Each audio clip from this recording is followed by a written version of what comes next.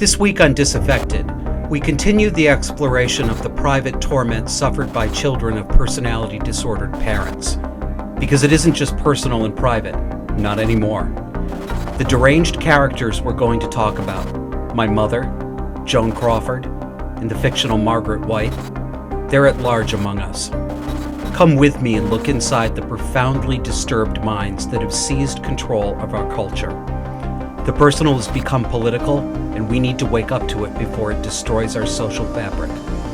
And now, the second of our two-part episode. You'll never know, dear, how much I love you. Please don't take my sunshine away.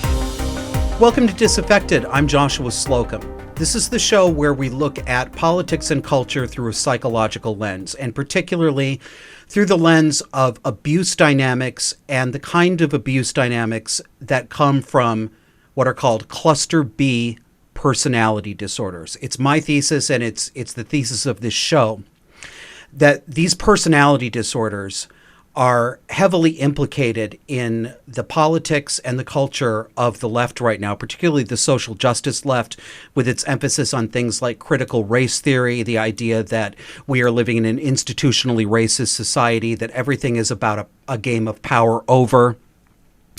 And we try to show that these dynamics, these abuse dynamics, they come from the same place psychologically that abusive parents and abusive spouses do. I grew up in a household headed by a single mother who has borderline and narcissistic personality disorders. And when I finally realized what was psychiatrically wrong with my mother, what explained the abusive and deranged household that we grew up in 2016, I very quickly began to see that these same psychological maladies were popping out all over the place on the cultural left.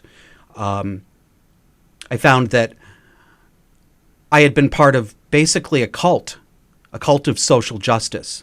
My involvement with the atheist community, what was called New Atheism, and social justice activism, that it felt like a political and almost a personal home for me, was very, very deeply disordered, very destructive, and disordered and destructive in the same sorts of ways that the house I grew up in was. A little bit of housekeeping first. This is the second of a two-part episode, but I want to remind everybody that we are not only on the mainstream platforms. If you've watched any episodes of this show by now, you know that we tell it to you straight and we tell it to you blunt. This does not make us popular with platforms like YouTube, which are getting very censorious. So I want to make sure that you know that we are also on alternative media platforms. And a great place to see us, aside from YouTube, is Rumble. So if you want to look at our show on a platform that's probably not going to pull us the way YouTube is likely to, go to rumble.com/disaffected. That's DISAFFECTED. And I also want to say thank you. We had several new people who signed up to support us on Patreon. We can also be seen there, patreon.com/disaffected. Thank you very, very much for your support. We are just starting up, and you are helping us pay the bills, and we appreciate it. And if I haven't gotten to you by email personally, I promise you that I will this week. My producer and I both have day jobs, but we're really appreciative that you've taken the time and that you're putting some of your money to help make this show a success. And so for those of you who like what you hear here, see what a great host I am. I would say this, but honestly, I really think that you're getting an analysis here that you are not going to get on other shows. There are a lot of podcasts and there are a lot of talk shows out there right now that are also seeing the same problems with the social justice left. There are a lot of really good ones. I've plugged them and I'll plug them again. But our particular niche here is to tie in the psychology and the disordered thinking that is familiar to some of us from private domestic abuse, and show you how those two things are connected. And you will not get that on any other show. So thank you very much for your support. I appreciate it. So like I said, this is part 2 of a 2-part episode. And these 2 episodes are a little bit different than what you've seen in the past that we've done before. They're very personal. I'm going to be talking, again, quite a bit about my childhood.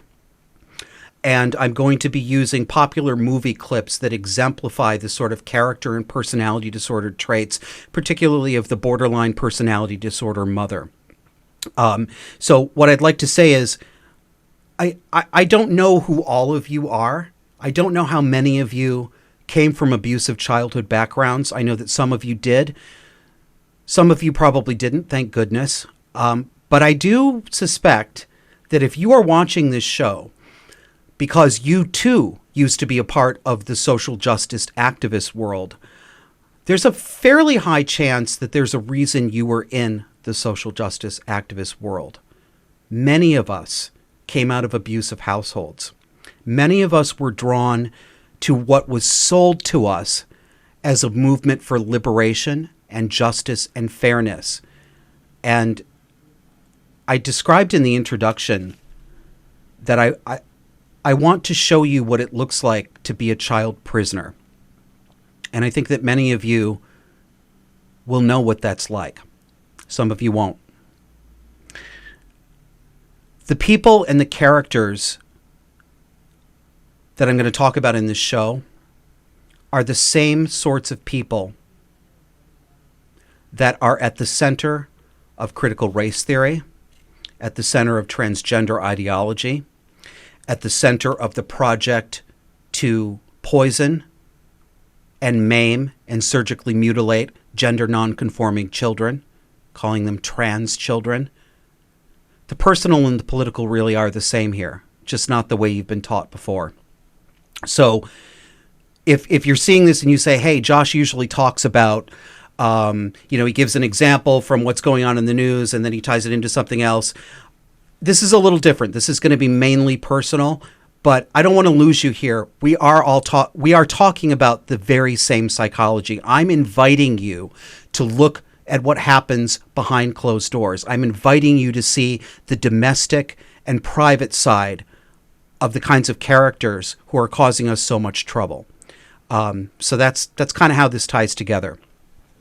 In the first part of this two-part episode, I introduced you to a book called Understanding the Borderline Mother by Dr. Christine Ann Lawson.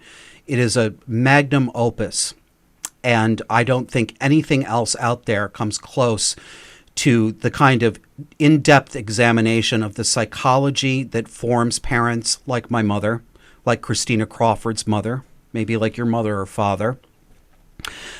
And she organizes the child's experience of the mother with borderline personality disorder into 4 categories, drawn from fairy tale archetypes: the waif, the hermit, the witch, and the queen.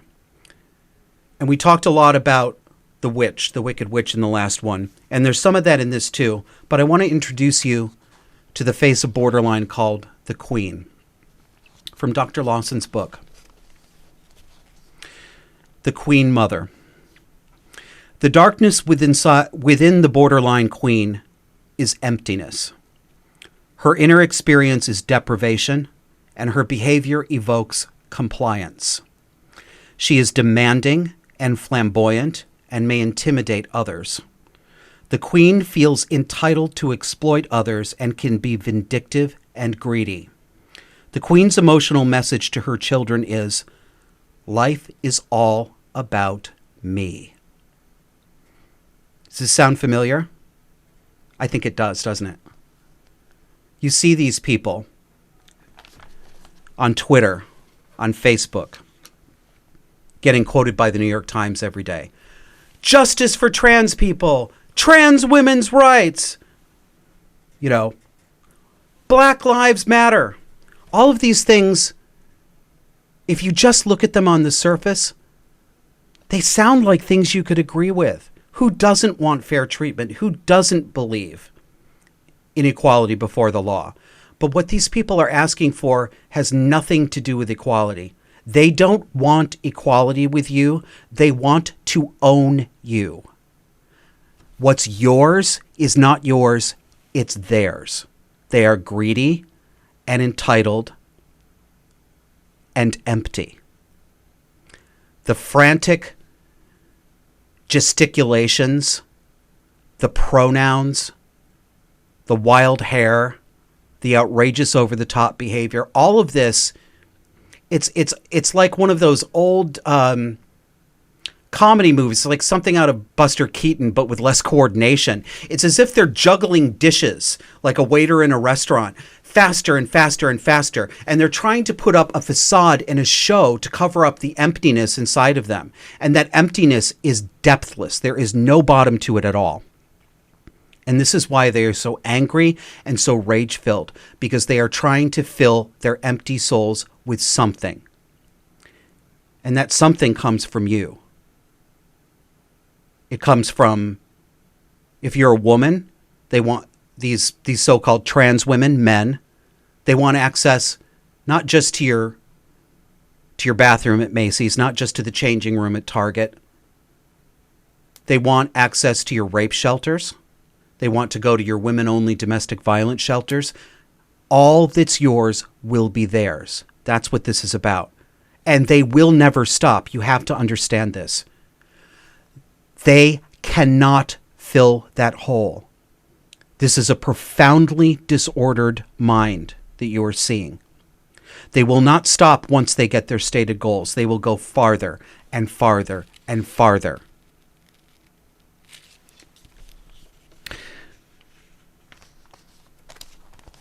And I've been trying to think about how to get this across.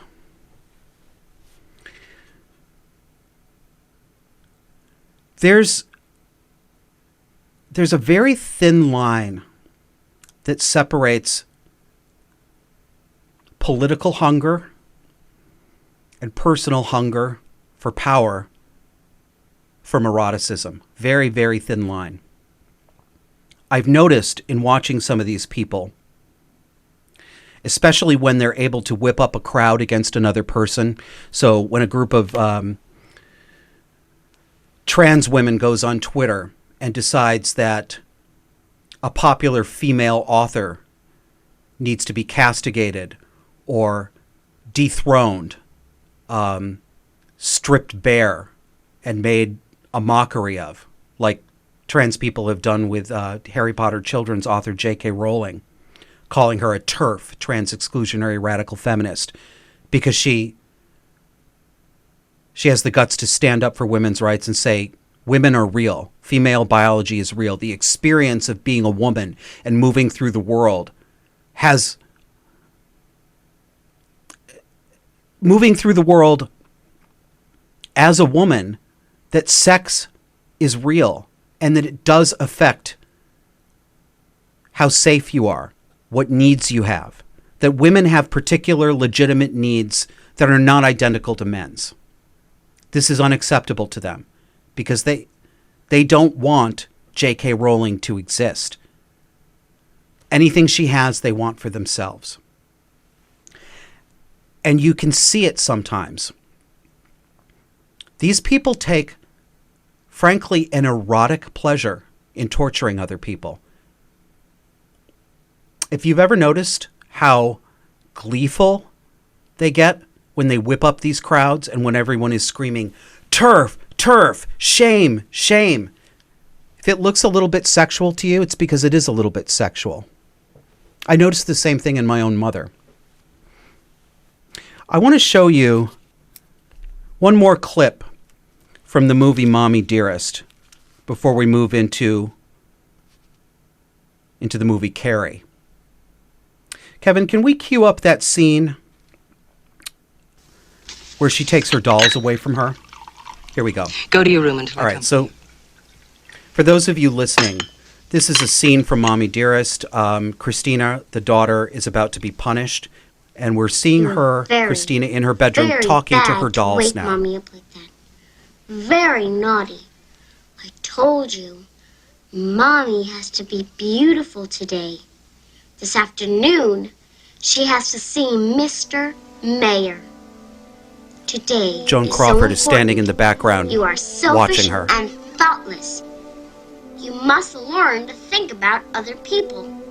You're bad, Bad spoiled children.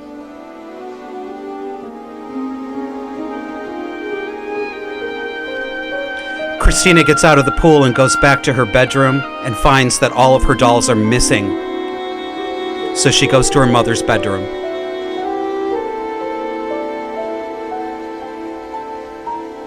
My babies. Someone stole both my babies. That's good, darling. They were thoughtless, selfish, spoiled children.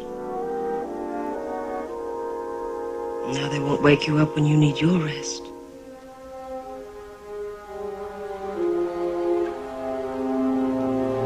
Christina turns and goes out of the room. Watch Crawford's face. Yeah, that. Did you see it? That glimmer of erotic satisfaction. The widening eyes. I'm telling you, people called this movie over the top and unbelievable. The only people who could say that are people who didn't grow up with a mother like this, because I'll tell you what, I've seen that very expression on my mother's face.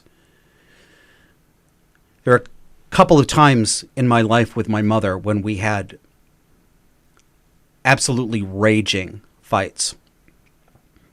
And my mother would anger herself up. She'd stoke her own emotional overload. She got off on being angry, and the angrier she got, the more she liked it. And I've seen that expression on her face, and it comes right at the moment. It came right at the moment of my greatest anger and humiliation. When she would corner me, she'd either back me into a corner bodily, or she'd back me into a corner verbally. And just when I got to the point where I was almost unable to control myself. I mean, it's sick. You get into a dance with these people, right? My emotional pitch was just as high as my mother's. And I'd see it in her eyes. That glimmer. The quiver of the face. It looks like erotic pleasure because it is erotic pleasure. It is that sick.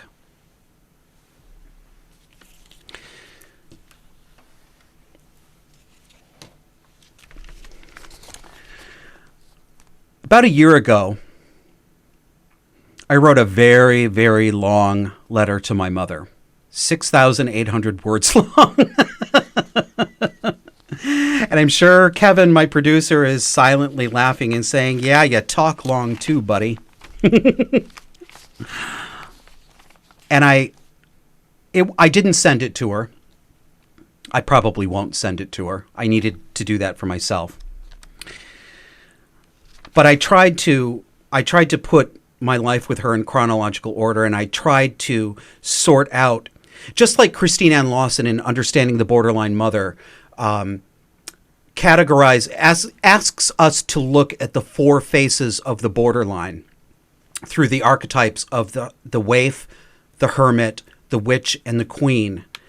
In my letter, I looked at my mother through the four faces of cluster B, the four cluster B personality disorders: borderline, histrionic, narcissistic, and antisocial. Antisocial is a synonym for sociopathic or psychopathic. I describe my mother as having both borderline and narcissistic personality disorders, but that's something of a shorthand. It's something of a compromise. The more I think about this, the more I think it may be more accurate to reduce people who have this psychology, instead of saying, well, there are four discrete disorders. I'm not so sure they're discrete. I think it may be more accurate to say this person's fundamental psychology is cluster B, but they have these prominent features. They have these from borderline, they have these from histrionic, they have these from antisocial, and that's going to mix for everybody. But I suspect that the baseline is what we call cluster B, and that some people, and my mother being one of them, cycle through all four so-called discrete disorders, depending on the circumstances they're in, and depending on, I was going to say their opponent, but really depending on their prey, depending on who their victim is. When I was a little kid, my mother could be the witch. She could beat me. She could scream at me. She could force me to confess things that I didn't do. That's harder to do once you get older. It was much harder to do after the last fight we had when I was a child, when I actually hit her. I slapped her across the face, very hard. And she never laid a hand on me again. I taught her to fear me. I taught her that if she tried to come for me, that I would come for her, and that I was bigger than her now. Her affect changed after that. I saw the witch and the queen far less than I did before. And of course, at that point, I was out of the house. I was institutionalized in a group home during my teen years. And she started to act out the waif, the poor, misunderstood, very put upon single mother that the entire world had shit on. She elicited sympathy. She tugged at my heartstrings. She made me take care of her. It's much easier to manipulate a grown man with pity when you're no longer taller than he is, when you're not actually physically scary the way she was when I was a little kid. But when I wrote that essay, I said, Mother, I experienced you primarily as a borderline waif while my sister experienced you primarily as a witch or a queen. And I don't think I was right.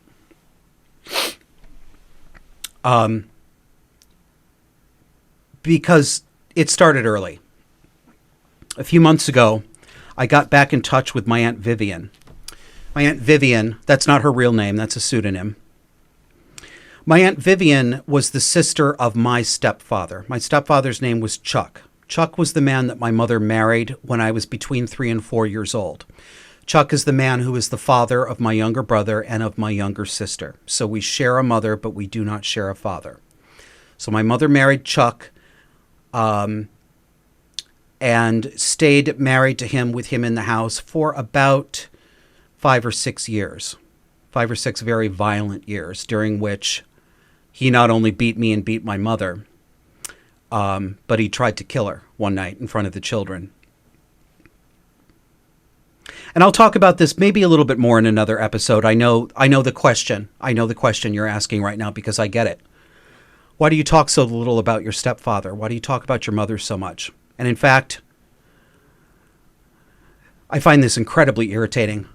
I've gotten that question a lot recently from women, feminists, particularly radical feminists. It's not really a question. It's actually an accusation. And the accusation is, you're just a misogynist and you hate women because, look, your stepfather tried to kill your mother, but all you do is talk about your mother. Whenever you want to talk about child abuse, all you talk about is your mother. I'll tell you why.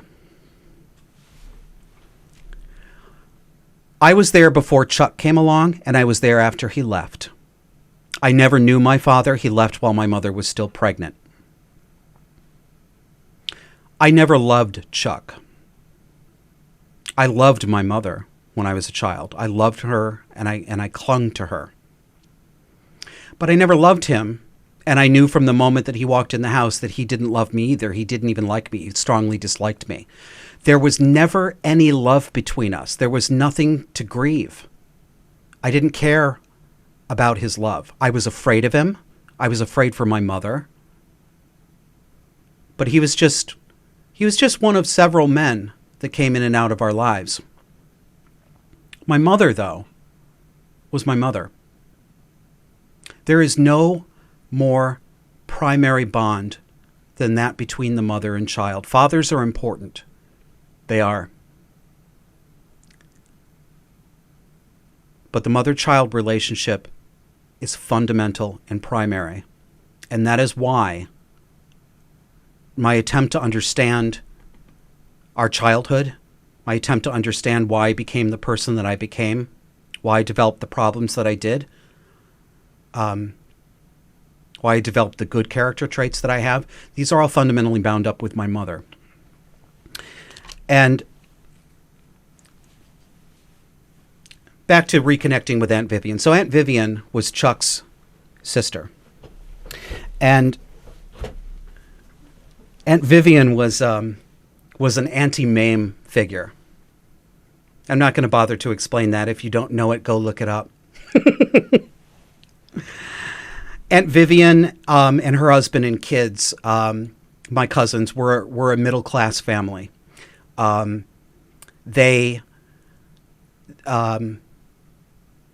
Marty ran a clothing store in a ritzy, beautiful little town in upstate New York, and they lived in an apartment above the clothing store, and they had the life. You know, they had a brand new 1978 Chevy Caprice wagon, top of the line, this gorgeous car that floated down the road that you could pile 16 kids into and go to the movies. They had a summer camp on a lake.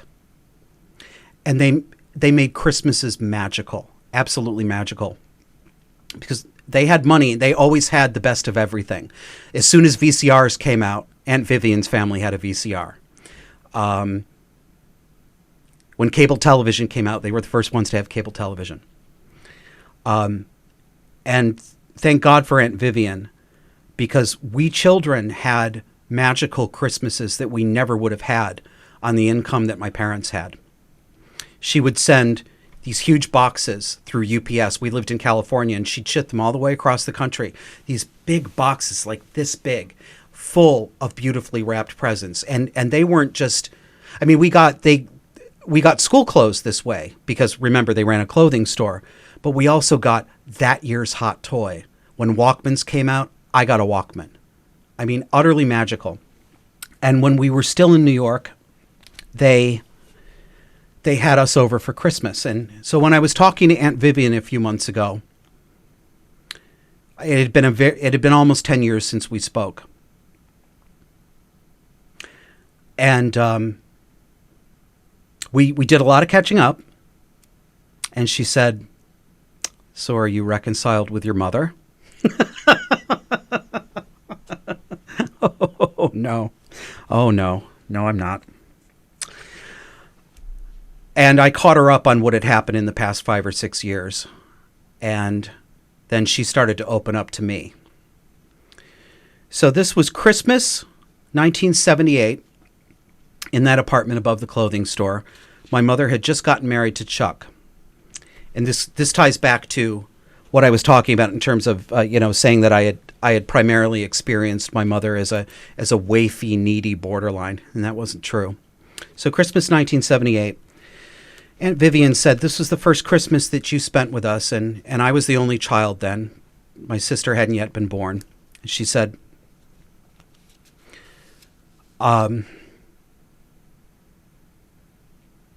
"Your mother brought you over, and we were having drinks, waiting for dinner to get ready, and she went into the other room, and you, Josh, were playing with your cousins, your 2 cousins. And your mother went into the room, and this is what she said. 'Joshua Lawrence Slocum, if you don't start playing nicely right now, I'm going to rip your fucking arms out of your shoulders and beat you with the bloody stumps.'"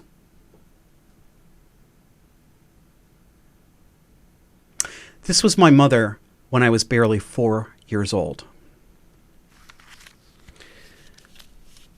And Aunt Vivian said, "I tried to stay on your mother's good side. I never said anything that I thought would set her off, because she was my route to make sure I had to go through her to see you children. And I wasn't going to do anything to jeopardize that, because I was scared for you. I couldn't rescue you, but I could keep tabs on you." And thank God she did.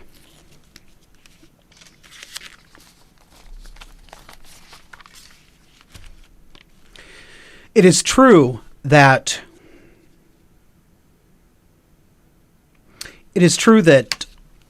my mother became more violent and more floridly abusive as I approached adolescence. And this is very common for children with abusive parents, parents with cluster B personality disorders. Christina Crawford said the same thing, that there were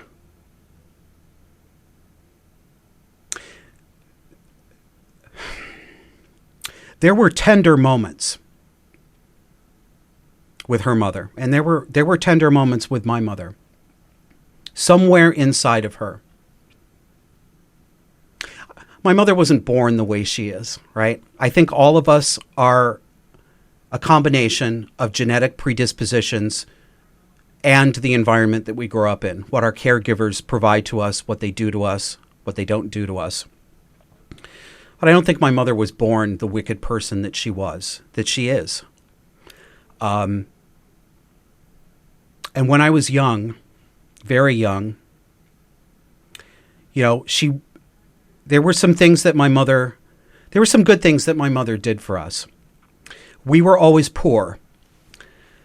And although I knew more about our finances and more about the troubles that beset my mother than I should have, this was part of parentification, right?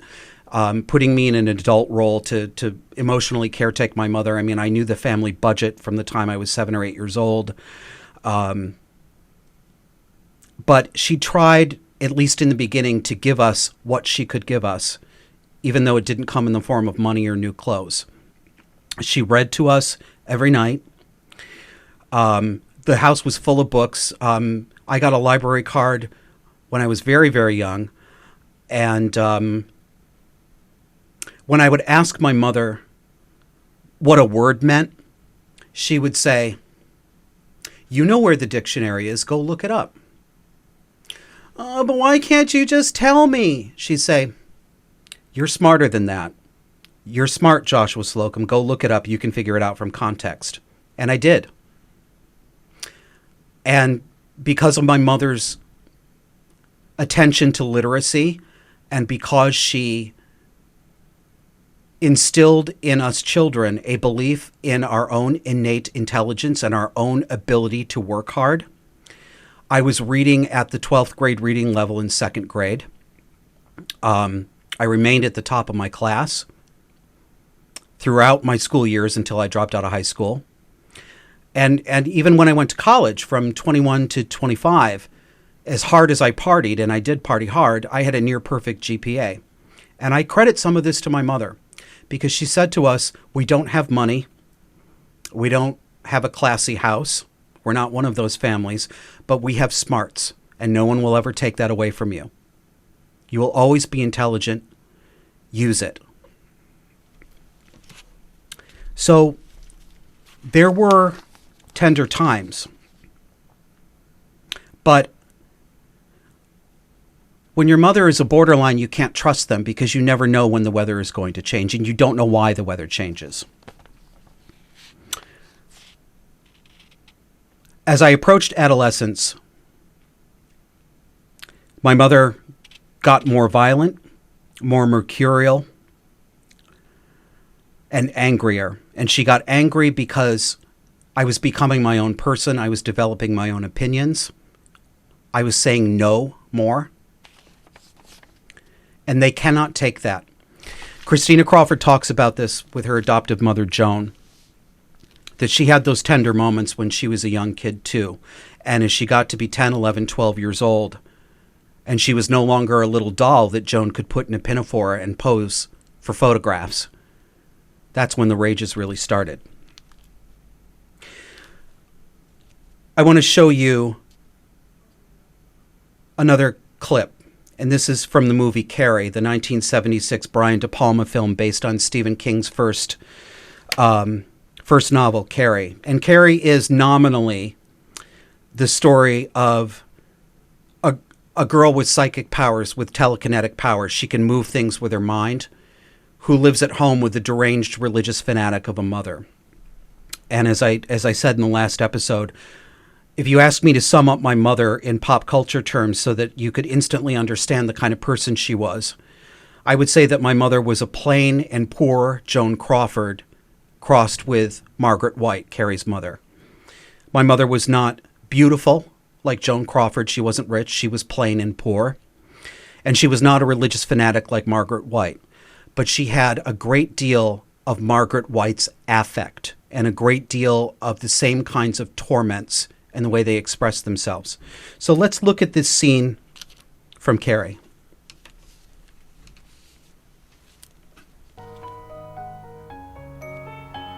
You're a woman now. Why didn't you tell me, Mama? And God made Eve from the rib of Adam. And Eve was weak and loosed the raven on the world. And the raven was called sin. Say it. The raven was called sin. Why didn't you tell me, Mama? Say it. No. The raven was called sin. Ooh, woman. And the raven was called sin. And first sin was intercourse. First sin was intercourse. I didn't sin, Mama. No, Say it. I didn't sin, Mama. First sin was intercourse.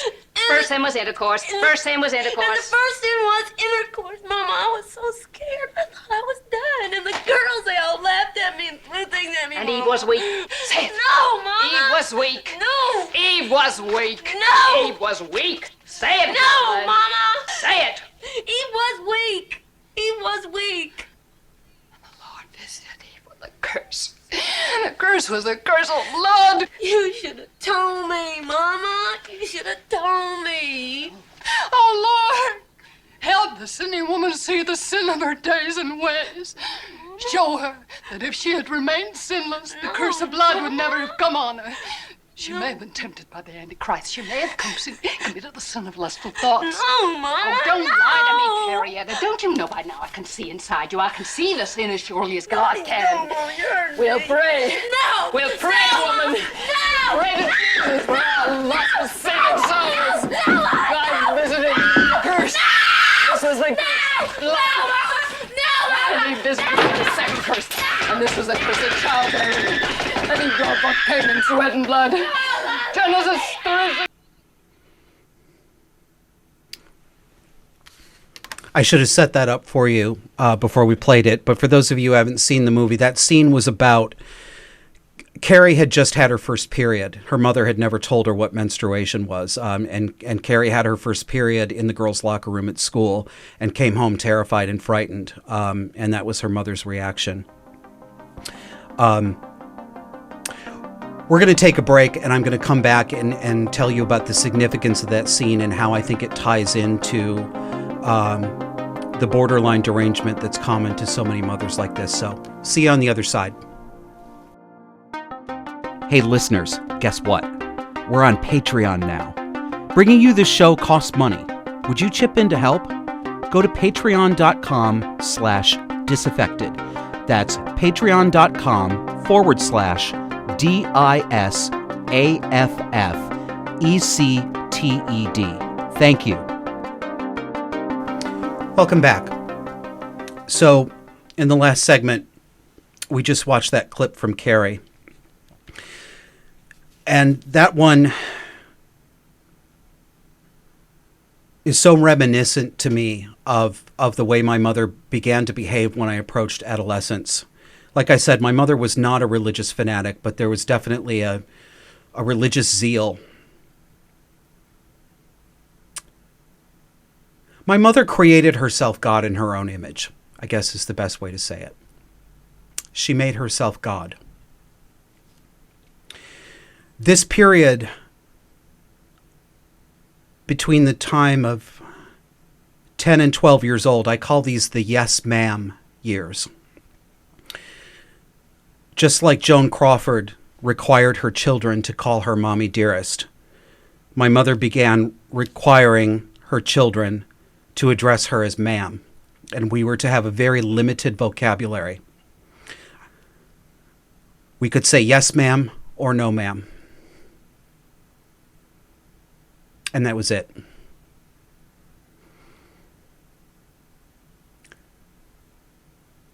I don't know what set my mother off, but she raged one day and said, "You children don't respect me. You don't give me the respect that I'm entitled to as your mother. You have no manners.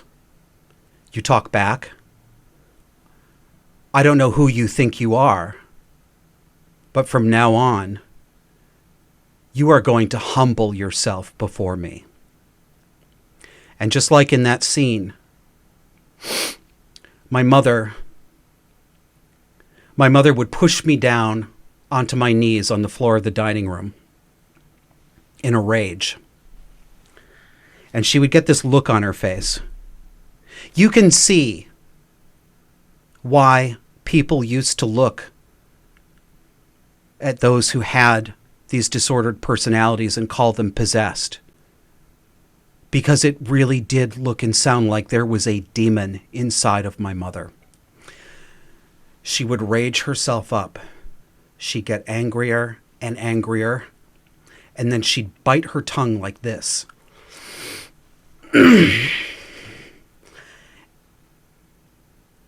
And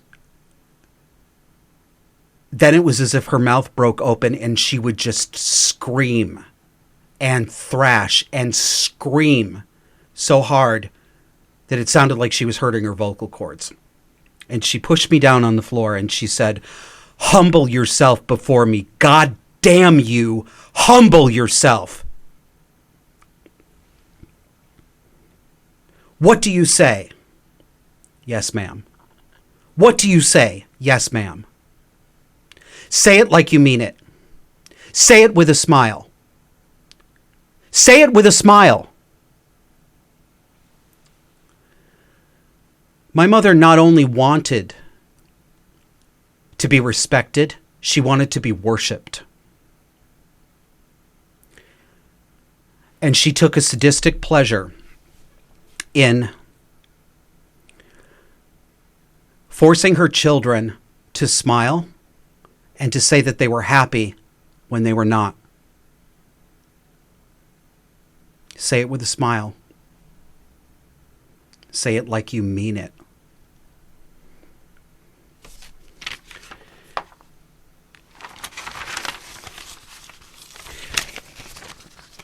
When these people scream at you on Twitter or on Facebook, or they show up at a book reading for an author that they don't think is sufficiently respectful of their trans rights or their person of color rights, and they scream and demand respect, they're doing the same thing that my mother was doing. They're not asking for respect, they're asking for obeisance. They want you down on your hands and knees, and they want you to lick the floor until you get to their boots and then keep licking. They are empty inside and they are full of rage. And they are trying to make themselves whole by emptying your soul out too. When I was 7 years old, my mother worked at a 7-Eleven in Fullerton, California. It's still there. It's on the corner of Garnet Lane and Placentia Avenue. And I used to go into the store after school because I went to Ruby Drive Elementary School. And it was about a mile. And in those days, children were actually allowed to walk places, which they should be now. So I walked back and forth to school every day. And this was just before I became a latchkey kid, but my mother worked as a manager at the 7-Eleven.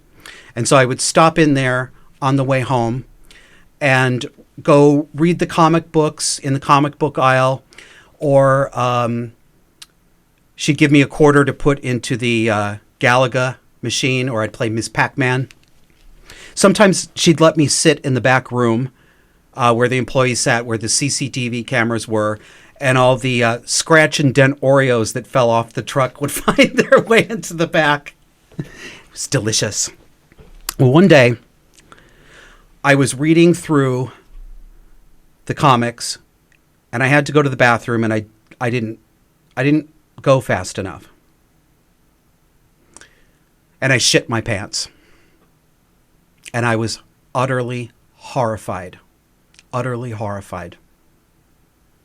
And I started screaming. Like mother, like son, right? And my mother came running over. And she looked down at me and she looked at my pants. Now, what do you think a normal mother would do if a child had an accident and soiled his pants? You'd probably take the child, comfort them, take them to the private bathroom, get them cleaned up. Not my mother. No. She grabbed me by the shirt and she started dragging me through the store, screaming, "How could you do this to me? How could you do this to me in front of everybody, in front of the world? What are you doing? What's wrong with you?" And she took me into the bathroom and she stripped me off. And she dunked my underwear in the toilet and she slapped me. And she kept saying, "I don't know what is wrong with you. I don't know who raised you. What gave you the idea to do that to me?" That right there, that deranged misassignment of acting as though I had an evil intent, and that the fact that there was no recognition that I was embarrassed, that I was frightened, that I was a 7-year-old child who had shit his pants in front of other people in the middle of a store. I was crying in shame. She could not see it. I had done something to her. Notice that behavior in these activists too. Notice how they have no regard for your feelings or the feelings of anyone else around them. And anything that you do that triggers something in them, that reminds me of something that makes them feel scared or insecure, they start accusing you of doing something to them. That's the kind of thing that my mother did. That same year, we were eating dinner. And my mother was talking on the phone to one of her girlfriends at the kitchen table. And it was that phone, that yellow rotary dial Bell Systems phone with a cord that was super long so that you could go all the way into the other room. And she'd cradle the phone and flip her cards, shuffle her cards, talk to her girlfriends, smoke cigarettes while we ate. House was always full of cigarette smoke. We were not allowed to have food preferences because there wasn't a lot of money for food, and what you got was what you were going to eat. And this is not actually something that I blame my mother for. She did not tolerate picky eating, and she was right not to. Because most of the time, children will learn, if they are exposed to a variety of foods, that most foods are palatable even if they're not your favorite. And as a consequence, we were not picky eaters. We were not afraid of eating different kinds of food. But we were allowed no food preferences at all. Even things that disgusted us, we were not allowed to say no to. I had a disgust reaction to the texture of peas. The skins made me sick. I don't know why, but they literally made me nauseous. It was very, very difficult for me to swallow peas and pea skins without throwing up. I wasn't doing it on purpose. I just, it was a sensory problem. I don't know why. I love peas now, actually, but I didn't then. So my mother was on the phone, and we were having peas with our meatloaf. And so what I would do to get through this, because you had to eat everything on your plate, I would squeeze the inside of the peas out inside my mouth. I'd eat the mushy middle. And then I would discreetly tuck the pea skins underneath my tongue so that I could slip away if I could be excused from the table. Then I could go to the bathroom and put them in the toilet and pretend I was going to the bathroom, and then my mother wouldn't know. And that day, she looked at me. And then she said into the phone, "Joanne, I gotta go." She hung up the phone. "Open your mouth." And she goes, Open your fucking mouth. So she squeezed my mouth open. And she saw the peas under there and she backhanded me. What the fuck do you think you're doing? And then she pulled me into the bathroom, dragged me into the bathroom, said, go on, spit them out. And she smacked me repeatedly on the back of my neck as I choked these peas up until I was screaming. And she was screaming. And again, what do you think you're doing? Why are you doing this to me? Do you think I can't see what you're doing? Do you think I can't see inside you? Do you think I don't know what you're thinking? Think back to that clip we just watched when Margaret White was pushing Carrie down onto the floor and making her say Eve was weak. She said,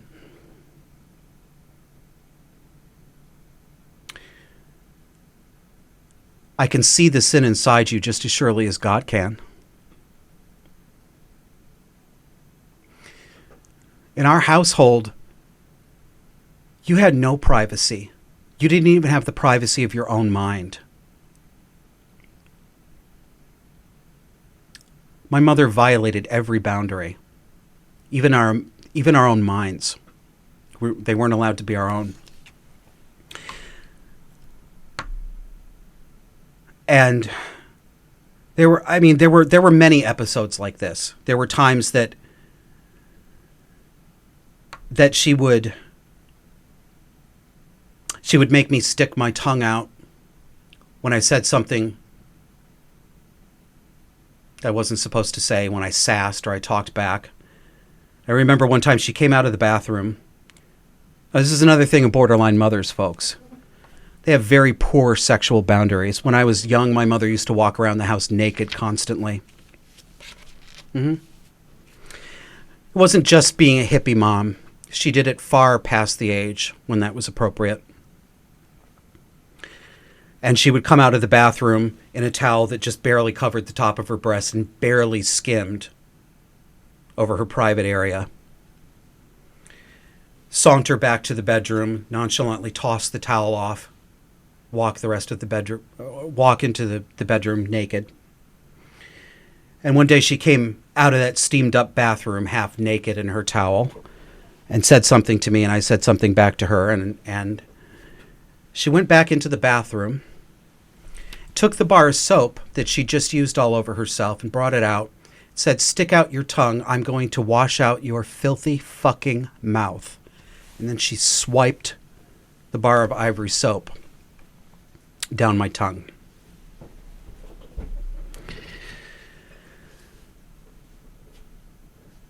Nothing makes sense when you are raised by a borderline mother. She can do things that you are not allowed to do. She can scream and swear and break dishes and refuse to pick up after herself. But if you should do any of those things yourself, God help you. God help you. And you notice that hypocrisy among some of the social justice warriors. As I say these things to you, I realize that, you might be thinking, well, I don't see them doing these things. Well, you won't see them doing exactly. These are the things they do to their children when you're not looking.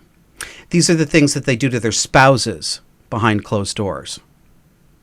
They can get really intimate and really dirty, and they can violate you behind closed doors in ways that they can't get away with in public. But their character is the same. They can throw tantrums, and nobody can gainsay them. Anybody who refuses to pay attention to it is invalidating them, not witnessing their pain. Anybody who makes a mistake and loses their temper is abusing them, but they can do it all back to you and you can't say anything. That's cluster B. That's projection.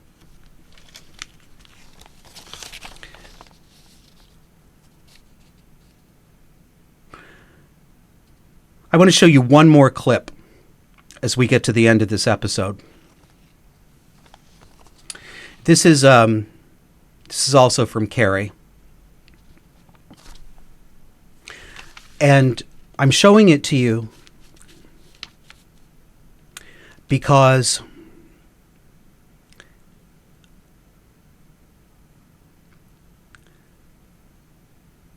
borderline mothers, sometimes you see the part of them that isn't fully corrupted. Sometimes a glimmer of what could have been a loving person comes through.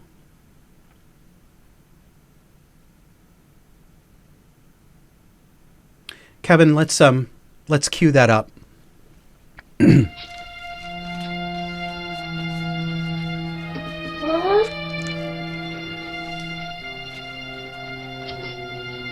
Mom? Mom's dead, Mom. They left me. Mom, Ollie.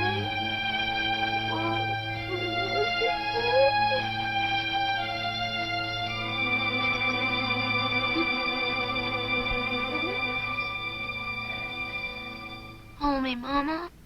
Please hold me. I should have killed myself when he put it in me. After the first time, before we were married, Ralph promised never again. He promised, and I believed him. But sin never dies. Sin never dies. At first, it was all right. We lived sinlessly. We slept in the same bed, but we never did.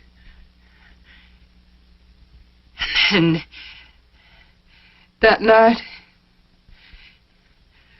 I saw him looking down at me that way.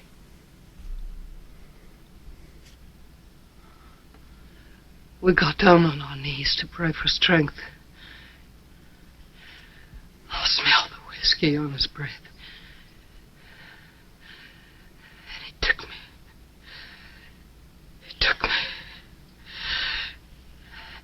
The stink of the roadhouse whiskey on his breath.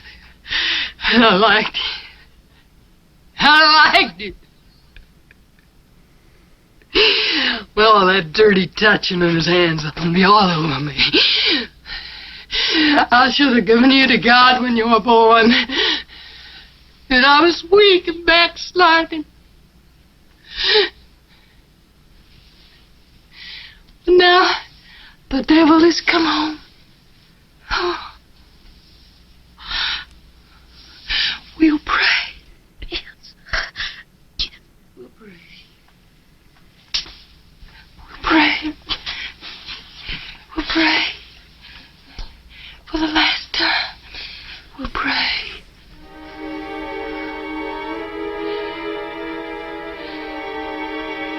Oh, Father, what name? How did I name? The kingdom come, thy will be done.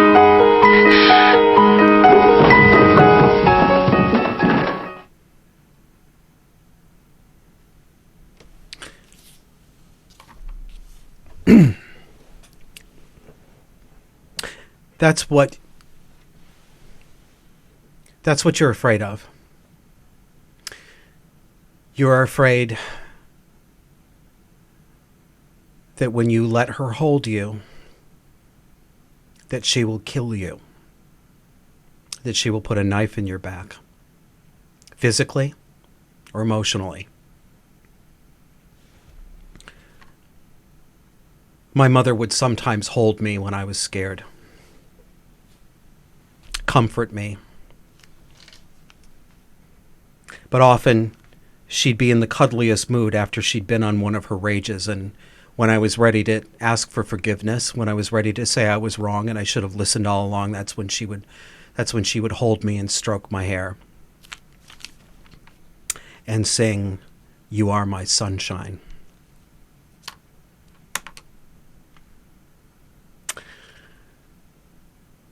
And you can't trust it. When people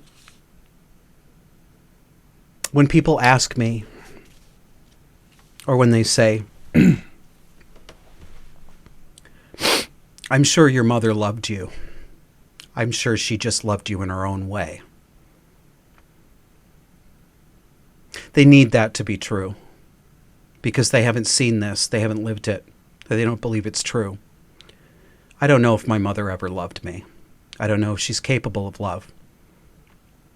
People with personality and character disorders like this, they may sometimes look very loving, but they can hug you and hold you and cry with you. And 5 minutes later, they're raging. My mother could hold me and sing me to sleep. And 3 hours later, I might be out of bed, back in the kitchen, re-cleaning the dishes, getting a wooden spoon broken across my ass, getting my ears boxed. And this scene, too, shows the sexual derangement. It's exaggerated a little bit, yes, but it isn't that exaggerated. My mother would tell me things about her sex life, about the men who'd been in her bed, especially if they were inadequate.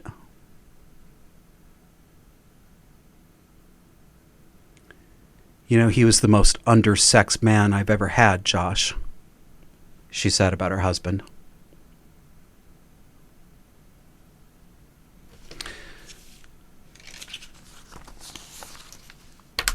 How do I wrap this up for you?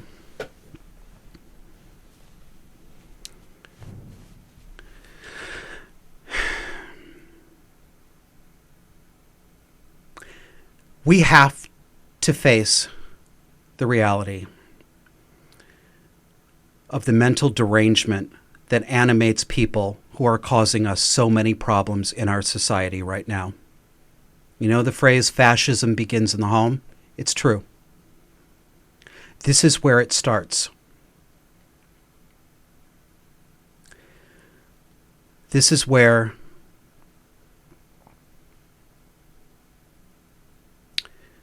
children learn to fear and mistrust other people. This is where they learn to be self-destructive themselves. Thankfully, I did not become as severely personality disordered as my mother. As I've said before, there was a time in my life when I might have been diagnosed with borderline personality or histrionic personality disorder. I never was formally. But I have some of those traits. I learned to mistrust. I learned to make enemies out of people who actually loved me. And I learned to cling and cleave to people who wanted to hurt me. I fell in love with men who hurt me. I had friends who exploited me. I didn't listen to people who said, there's something not right about him. I didn't listen because he felt like home. And if you had a raging, knockdown, drag-out fight,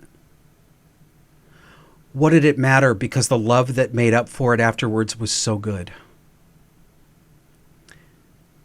This is trauma bonding. What Joan Crawford and Christina Crawford did was trauma bond together. What Carrie and her mother did, these fictional people, this is trauma bonding. And trauma bonding makes us think that the measure of a true and authentic love is how very badly it hurts and how deeply it cuts, and yet you're still there and it feels so good to make up afterwards. These people can be seductive. These cluster Bs, they play you. They're hot and cold. They love you one day, and then they hate you the next. And as much as they love you, as much as they build you up, they will tear you down that much too. That's the psychology of these people in the social justice world, at the center, and all the people around them, and maybe you've been one of them.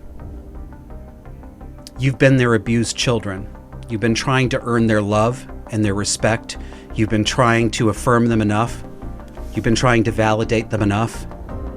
If you just give them what they ask for, they'll finally feel okay, and they'll recognize everything you did for them. They won't. These people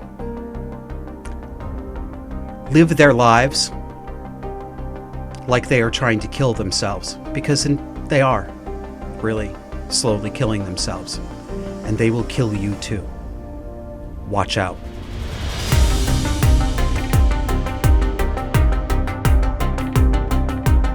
Thanks so much for listening. Would you take just a minute right now and share our show on social media? On Disaffected, we take a close look every week at the abuse dynamics exploding in the dark and disordered world that we live in. Tell other people about us. And when you subscribe, hit that notification bell and stay with us in real time as we take a new close look every week and examine how to identify and contend with the abuse dynamics at play in the world around us.